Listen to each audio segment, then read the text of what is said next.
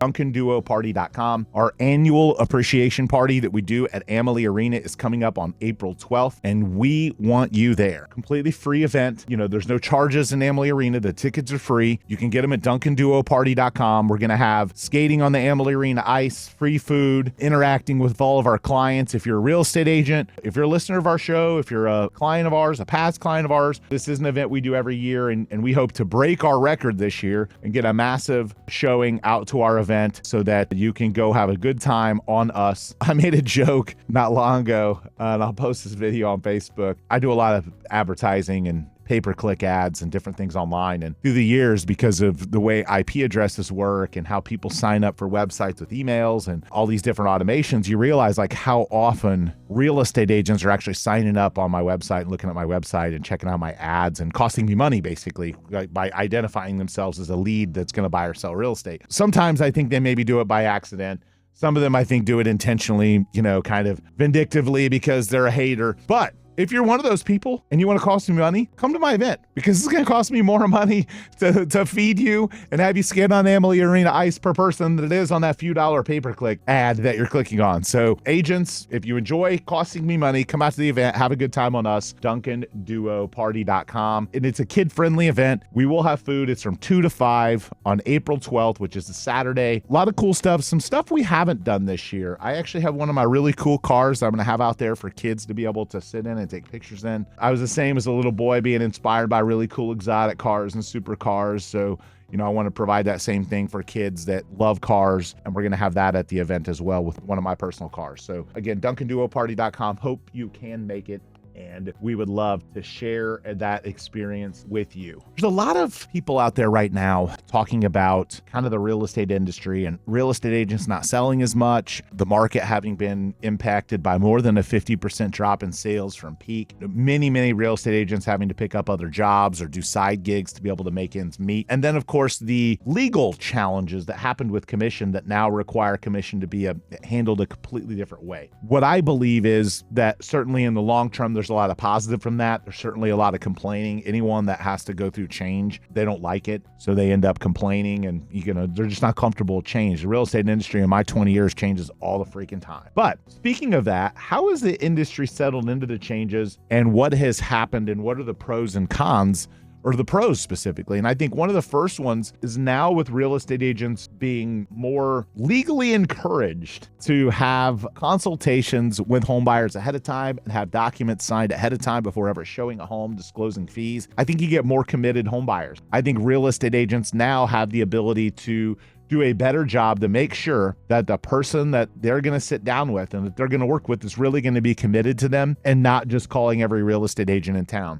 If you've had this experience as a home buyer, you might sometimes get frustrated with the real estate agent that says, oh, I just can't jump out and show you the house. We get it happen all the time. Real estate consumers will call us and say, well, or I've always just called and had somebody show me homes. I don't want to sign anything. And we really can't help them. Or they'll say things like, well, I talk to other agents and they'll do it. Well, that's okay. There's plenty of people that'll break the law, but not us. The reality is that now real estate agents have to go through a process, disclosure of fees and a disclosure of representation before they start showing you properties today. There's just a lot more regulatory oversight on it. Now, could that change? Who knows? But that is basically what is happening now. The other thing is reprioritizing buyer consultations. I think the idea, in the industry, we call it like Pop-Tart. We call it a Pop-Tart real estate agent. Somebody calls in and you just jump out and show them a house. Well, now, kind of the idea of a Pop-Tart real estate agent that just jumps out and shows people homes. Regulatory restrictions are in place. It just can't happen the same way anymore. So buyers are getting better representation, having a better understanding of the process because they're being encouraged or forced in some instances to sit down with an agent and understand what that agent offers and then being educated on the process. A lot of consumers think that they can go online and Google and figure out with AI,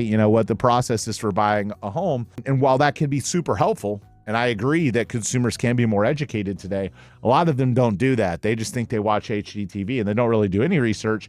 And by having them sit down with an agent, they're getting better educated about the process so that they can understand it. So I think there's been a reprioritizing of buyer consultations. I think realtors' value is on display a little bit more. I think agents, well, having the ability to sit down with the customer now have the ability to explain like, hey, here's what I'm doing. Because a lot of consumers basically commoditize real estate agents. And there's a reason why A lot of real estate agents don't do much production, and then some do thousands of transactions. Like my company, we've done $3 billion in sales. There's a difference in the experience and the education level of that professional that's done a lot of transactions versus the one that's just opening doors for you. And consumers, unfortunately, commoditize it and think, oh, all realtors have all access to the MLS and all you do is open doors. And you're right, because that's what a lot of real estate agents do. And that's why we get a bad rap. But there are a lot of them, like at my company, that kind of take control of the process, that help educate you, that help provide value, that help you negotiate, that do a great job, which is why we have the great business that we do. The other thing I think is the upfront compensation discussions, the ability to be able to know what a real estate agent is going to get paid and how they're getting paid and who is paying them. These written agreements fully disclose that, from transaction fees to commissions to everything encompassed into that value proposition. There is not a surprise to that scenario. And I think, again, commissions entering into the negotiations more. One thing that a lot of people said is that, oh, commissions are going to come down from this. They actually haven't. Commissions have not been reduced from this. Average commissions are actually higher. And the reason why is because I think that now consumers are forced to look for the best. They're like, oh, if I'm gonna have to sit down and sign, maybe I don't just go with my uncle's brother's cousin's friend. Maybe they're telling me I need to do a little bit more research before I just sit down. Maybe I need to find the best agent, and maybe I need to understand what their value proposition is. And then, of course, listening to them for 30 to 45 minutes or an hour about what it is that they do, then maybe I understand what their fee is and I'm okay paying it because I didn't get that understanding before. However, it does allow commissions to be negotiated more so than it was before. And I think that provides for better real estate agents because they become better negotiators for you and a better understanding of the process. So there's no doubt a lot of part-time, not really professional, not really experienced real estate agents are getting forced out, but the cream is rising to the top. The best real estate agents are going to get better from this, and I think consumers are going to get better representation.